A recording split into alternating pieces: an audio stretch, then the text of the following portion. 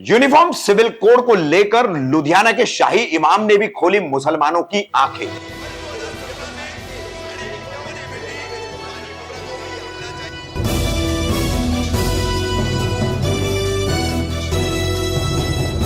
मैं रफीक कामदार हिंदुस्तानी रिपोर्टर में आपका स्वागत है। मध्य प्रदेश की जबलपुर की सभा में प्रधान सेवक नरेंद्र मोदी द्वारा सिर्फ यूनिफॉर्म सिविल कोड पर अपनी छोटी सी बात रखना और उसी दौरान उससे पहले ही लॉ कमीशन द्वारा, विधि आयोग द्वारा, देश के लोगों द्वारा, सामाजिक और धार्मिक संस्थाओं द्वारा यूनिफॉर्म सिविल कोड के बारे में सुझाव और आपत्तियां मंगवाना, यह एक प्रक्रिया। मगर इसके चलते फिर एक बार मुसलमानों को उकसाने के लिए, मुसलमानों को वर्गलाने के लिए मुहिमें शुरू हो चुकी है। व्हाट्सएप पर, सोशल मीडिया के अलग अलग प्लेटफॉर्म पर कई सारे मैसेजेस वायरल किए जा रहे हैं। हमने इस संबंध में आपको पटना के हजरत डॉक्टर शाह सैयद शमीमुद्दीन मुनेमी का एक वीडियो दिखाया, जिन्होंने जुमा के खुतबे के पहले यूसीसी पर अपना बयान किया और बड़ी तर्कसंगत और बड़ी ठोस बातें हजरत ने सभी के सामने रखी। फिर एक बार हम आपके सामने एक और मुस्लिम स्कॉलर, लुधियाना के शाही इमाम है, उनका वीडियो ला रहे हैं। देखिए क्या कहा। यह शायद गुज़श्ता जुमे या उसके पिछले जुमे का बयान हो सकता है, मगर जो भी कहा है लुधियाना के शाही इमाम ने, बिल्कुल वही बात पटना के हजरत सैयद शमीमुद्दीन मुनेमी ने जो कही है, लगभग वैसी ही बातें हैं। और सोशल मीडिया पर ऐसे सटीक तौर पर बातें रखने वाले मुस्लिम स्कॉलर्स का विरोध भी हो रहा है कि हम तो विरोध करेंगे ही, विरोध जरूर करना चाहिए, आपत्ति आप भेजिए, लेकिन सड़क पर उतरने की कोई जरूरत नहीं है, हंगामा करने की कोई जरूरत नहीं है। यूसीसी से न सिर्फ मुस्लिम अफेक्टेड होंगे, प्रभावित होंगे, बल्कि समूचे भारत के समूची 4872 से ज्यादा जातियां और अपने धर्म का अवलंबन करने वाले लोग भी प्रभावित होने वाले हैं।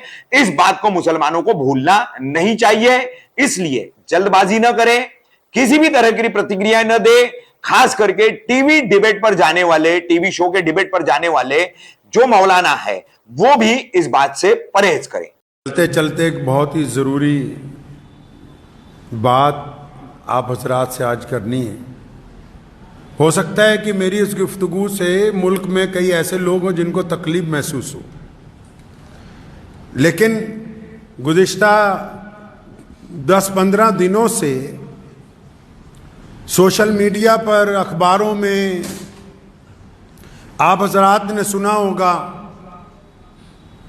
कि कॉमन सिविल कोड के नाम से अखबार भी भरे पड़े हैं, व्हाट्सएप भी भरा पड़ा है, और हमारा नेशनल मीडिया वो भी पूरे ज़ोर शोर से सिविल कोड की जो है वो बात कर रहा है। मुख्तलिफ लोगों ने कहा कि इसके ऊपर गुफ्तगू की जाए, तो गुफ्तगू का इब्तदा जो है उस मैं आपको एक शेर सुनाऊं ताकि आप समझ जाएं कि मैं कहना क्या चाह रहा हूं। कहा है ना किसी ने कि खुदाया ये तेरे सादा दिल बंदे किधर जाएं, खुदाया ये तेरे सादा दिल बंदे किधर जाएं, कि सुल्तानी भी अय्यारी है, दुर्वेशी भी अय्यारी। कहते ये सादा मुसलमान जाएं कहां, सियासतदान भी हमसे खेल कर रहे हैं और मौलवी मुल्ला भी हमसे खेल करने पर आ गए, तो ये सादा दिल बंदों का क्या होगा। पिछले 15 दिन से मीडिया ने एक माहौल तैयार कर दिया टीवी पर, व्हाट्सएप के ऊपर, कि जी कॉमन सिविल कोड आ रहा है, मुसलमानों की ये हो जाएगा।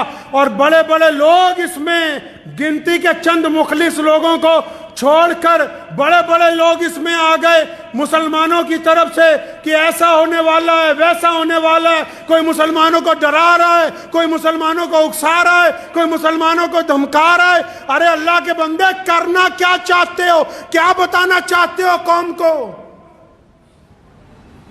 बात कॉमन सिविल कोड लाने वालों की नहीं कर रहा हूं, बात कॉमन सिविल कोड के जरिए मुसलमानों की सियासत में मुसलमानों को बेवकूफ बनाने वालों की कर रहा हूं।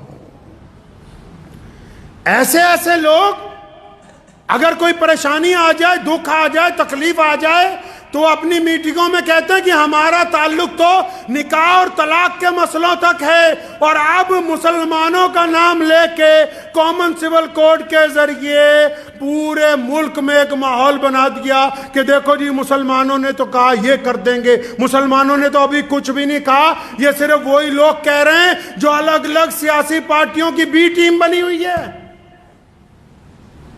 हैरत की बात है, आपको मैं बताना चाहता हूं, अलग अलग तरह के मैसेज आ रहे हैं, मौलवियों को आ रहे हैं कि जुमे की नमाज में बताओ इस्लाम को खतरा है, इस्लाम को खतरा है या तुम्हारी कुर्सी को खतरा है। फिलहाल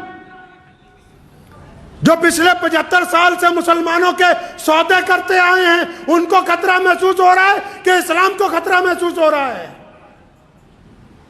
बहुत सारे लोग समझ रहे होंगे कि हम तो समझ रहे थे कि लुधियाना से पैगाम आएगा कि कॉमन सिविल कोड के खिलाफ सड़कों पर उतरो। अल्लाह के बंदे, जिस कानून का अभी तक ड्राफ्ट तैयार नहीं हुआ, ड्राफ्ट समझते हैं, जिस कानून का खाका नहीं बना, जिस कानून को तहरीरी तौर पर अभी पार्लियामेंट में लाया नहीं गया, जिस कानून की अभी रूपरेखा बनी नहीं है, आपने और आपके साथ मीडिया वालों ने मिलके पूरा हवा खड़ा कर दिया कि जी मुसलमानों के खिलाफ कॉमन सिविल कोड आएगा तो मुसलमानों का ये हो जाएगा, वो हो जाएगा। मैं मुसलमानों को कहना चाहता हूं कि जो लोग पोलराइजेशन की सियासत कर रहे हैं, मुसलमानों का नाम लेकर देश में बांटने की बात कर रहे हैं, ऐसे लीडरान के पीछे, ऐसे मौलवियों के पीछे चलने की कोई जरूरत नहीं। साथी वो होता है जो दुख का साथी हो, साथी वो नहीं होता जो सुख का साथी हो, जो दुख में कहें कि हम जानते नहीं, सुख में तो जब बारात निकलती है, बैंड बाजा बजता है, हर एक राहगीर खड़ा हो जाता है चंद लम्हे तमाशा देखने के लिए। कॉमन सिविल कोड है क्या, इस पे गुफ्तगू ही नहीं हुई, बड़े बड़े ऐलान आ रहे। हम कब कहते हैं कि हम शरीयत छोड़ देंगे? दुनिया की कोई ताकत नहीं है। कौन है जो आपको कह दे कि आप शरीयत छोड़ दें? कॉमन सिविल कोड है क्या, उसकी रूपरेखा क्या होगी, वो बनेगा कैसे? क्या वो सिर्फ मुसलमानों के लिए बनने जा रहा है? नहीं, वो इस मुल्क के 140 करोड़ लोगों के लिए बनना है। कितने लोगों के लिए बनना है जी? 140। और हम कितने हैं? 18 या 20 करोड़ मुसलमान। ये जो बाकी हमारे भाई हैं, हिंदू भाई हैं, सिख भाई हैं, दलित भाई हैं, जितनी भी कौमें हैं, वो भी कोई राय देंगी या नहीं देंगी? अभी हुकूमत कोई ड्राफ्ट लेके आएगी कि नहीं लेके आएगी? जब हुकूमत ड्राफ्ट लेकर आएगी पार्लियामेंट में, उस ड्राफ्ट के आने के बाद यह तय होगा कि किस किस कौम के कौन कौन से रस्म, कौन कौन से रिवाज उस कानून के तहत आने वाले हैं। अभी जब तक वो ही नहीं आया, आपसे राय पूछी, आपसे लॉ कमीशन ने राय पूछी तो राय लिख के दिया। राय देने के लिए इतना बड़ा बवंडर खड़ा किया कि ऐसा लगने लगा कि पता नहीं मुसलमानों में और गैर मुस्लिमों में कोई लड़ाई तैयार है। ये पता ही नहीं कि सिविल कोड है क्या। मिसाल के तौर पर छोटी सी आपको मैं गुफ्तगू में समझाता चलूं बात। हालांकि बहुत सारे लोग जिनको ये तय ही नहीं हो पा रहा, सियासी लीडरान मौलवियान को भी, कि भाई हम कहना क्या चाहते हैं, करना क्या चाहते हैं। कभी कहते हैं मनु और आदम एक ही था, और अब जब कभी मनु वालों ने कोई बात कही तो कहते हैं हम तुम्हारी मानते नहीं। अल्लाह के बंदा, तुम बताना क्या चाहते हो मुसलमानों को, क्या समझाना चाहते हो? इस भोली भाली कौम का करना क्या चाहते हो? मकसद तो वाज़ेह करो। ईमानदार वो होता है, चाहे वो आलिम हो या सियासतदान हो, जो लोग किसी की पुश्त पनाही के ऊपर जाकर ये काम कर रहे हैं, अगर उनमें दम है तो बाहर आके कहें कि हम फलां सियासी पार्टी के साथ हैं। ये क्या बात हुई? तुम साथ भी सबके हो, मुखालिफ भी सबके हो, चाहते क्या हो, मुसलमानों के साथ करना क्या चाहते हो? इसमें उनसे गिला नहीं है। वो कहता है ना, तू इधर उधर की ना बात कर, ये बता कि काफिला क्यों लुटा। मुझे रहजनों से गिला नहीं, तेरी रहबरी का सवाल है। क्या बताना चाहते हो मुसलमानों को? कॉमन सिविल कोड, पहली बात तो समझ लीजिए कि एक मुल्क में एक ही कानून है। मुसलमान सिर्फ भारत में नहीं रहते, मुसलमान सिर्फ मक्के में नहीं रहते, मुसलमान सिर्फ अमेरिका में नहीं रहते, मुसलमान पूरी दुनिया में पाए जाते हैं, हर रंग और नस्ल में पाए जाते हैं। तो समझ लीजिए पहले तो कानून एक ही है। क्यों? थाना एक है, अदालत भी हर शहर में एक ही है। कोई जुर्म हो जाए, पंगा हो जाए, कोई अदालतें बटी हुई हैं, कोई थाने कचहरियां बटी हुई हैं कि यहां फलां बरादरी के लोग जाएंगे, फलां के नहीं। इंडियन पैनल कोड एक ही है। तो अब ये कॉमन सिविल कोड क्या है? कॉमन सिविल कोड बोलते हैं, सिविल का मतलब आम लोगों की जो बरादरियां हैं, बरादरियों में जो रस्मों रवाज हैं, उनके ऊपर एक एडवाइजरी के कानून को लेके आना है। मिसाल के तौर पर कोई बरादरी है या कोई मजहब है, वो कहता जी सिर के ऊपर टोपी पहन लो। जैसे हम कहते हैं सिर पे टोपी रखो नमाज के टाइम, रख लीजिए। अब अगर कोई नमाजी कहे तो मैं नहीं रखता, एडवाइस है कि रख लो, नहीं रखते तो कोई धक्केशाही नहीं है। कॉमन सिविल कोड में अगर ये आ गया कि इद्दत गुजारने की इजाजत नहीं देती सरकार, लेकिन जिस बेटी ने इद्दत गुजारनी है, जब वो खुद कहती कि मैं अल्लाह और उसके रसूल के हुक्म में आके इद्दत गुजारूंगी, तो उसके साथ जबरदस्ती नहीं है। 3 तलाक का कानून आया, मान लिया कि पार्लियामेंट में पास हो गया, 3 तलाक अगर किसी घर में हो गई, अगर मियाँ बीवी दोनों शरीयत के पाबंद हैं, वो कहते हैं कि हमसे गलती हो गई, हम शरीयत के पाबंद हैं, तो उनको कौन छेड़ सकता है? अगर इन दोनों में से कोई शरीयत का पाबंद नहीं है तो बीवी को इख्तियार है वो जाके वहाँ मुकदमा कर दे, क्योंकि पार्लियामेंट में कानून बना दिया गया 3 तलाक का।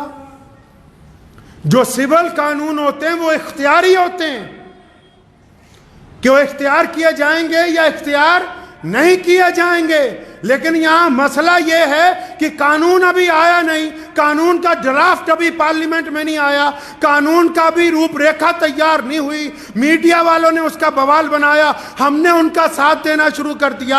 आप तो खुद कहते थे कि उन लोगों का साथ न बनो, उनके हिस्सेदार न बनो जो मुल्क में बांटने की बात करते हैं। यह क्या बात हुई कि सियासतदानों ने गेंद फेंकी और आप सारे के सारे उसके साथ खेलने लगे और इतना बड़ा हवा मुसलमानों के लिए सिर्फ खड़ा कर दिया कि कॉमन सिविल कोड आ रहा है, फलां तारीख तक राय दे दो, फलां तारीख तक फार्म भर दो। अगर फार्म नहीं भरेंगे तो क्या हम किराएदार हैं भाई? हमें निकाल देंगे? कोई किराए पे हैं? कौन सी राय देने जा रहे हो? अगर वाकई, मैं बड़े अदब से कहना चाहता हूं, वाकई अगर मुसलमानों का लीडर बनना चाहते हैं जो लोग इस मुल्क में, जो बार बार दावे करते हैं कि हमारे पेट में मुसलमानों का बड़ा दर्द है, बड़ी हम तकलीफ महसूस करते हैं, हमें रात को नींद नहीं आती, तो मियाँ साहब कौम की क़यादत सिर्फ मस्जिद में बैठ के नहीं होगी। रसूलुल्लाह की सुन्नत है आला तरीन दीनी सियासत को अमल में लाना। अगर आप में वाकई कौम का दर्द है तो 2024 का इलेक्शन आ रहा है, अपने इलाके में जाइए, इलेक्शन लड़िए, मेंबर पार्लियामेंट बनिए, क्योंकि जो बाहर बैठ के आप प्रेस कॉन्फ्रेंस में बातें करते हैं वो सरकार तक सही तरह नहीं पहुंचती। जब आप पार्लियामेंट में बैठ के अपना दुख दर्द सुनाएंगे तो फिर सरकार भी सुनेगी, दुनिया भी सुनेगी और उसको सुनाने का कोई फायदा भी होगा। तो मैं तो मुसलमानों से ये बस गुजारिश कर रहा हूं आज कि जब तक कॉमन सिविल कोड का ड्राफ्ट नहीं आ जाता, ड्राफ्ट, मेरा मकसद ये नहीं है कि नौज़बिल्लाह हम शरीयत को नहीं मानेंगे। शरीयत तो 1450 साल से चल रही और क़यामत तक अल्लाह ने चाहा चलती रहनी है। ये जब तक इसका ड्राफ्ट नहीं आता तो आप भी और दूसरी कौमें भी अपनी नाराजगी का इजहार तो तब करेंगी ना जब ड्राफ्ट आएगा, जब वो बात रखी जाएगी पार्लियामेंट के अंदर। तो मैं मुसलमानों से ये कहना चाह रहा हूं, जो व्हाट्सएप खेल रहे हैं वो लोग भी, जो सोशल मीडिया पर लगे हुए हैं, जो बांट रहे हैं कौमों को, जो नेशनल मीडिया के अंदर बैठ के हिंदू मुस्लिम खेल रहे हैं, उनको कहना चाहता हूं कि मुसलमानों को इस नापाक सियासत का हिस्सा मत बनाएं, और मुसलमानों को भी कहना चाहता हूं कि आप इस नापाक सियासत का हिस्सा मत बनिए। जब ड्राफ्ट आएगा, ड्राफ्ट में अगर कोई ऐसी बात जो आपको लगे कि वो शरीयत के खिलाफ है, तो फिर इस मुल्क के कानून ने आपको हक दिया है कि आप अपना एतराज दर्ज करवाइए, आप अपनी बात रखिए। ड्राफ्ट आने से पहले किसी भी ऐसी सियासी मुहिम का हिस्सा बनने की बिल्कुल कोशिश ना कीजिए। दुआ कीजिए कि अल्लाह ताला मुझे भी और आप सबको भी इस पे अमल की तौफीक अता फरमाए। व आखिर दावाना अनिल हम्दुलिल्लाहि रब्बिल आलमीन।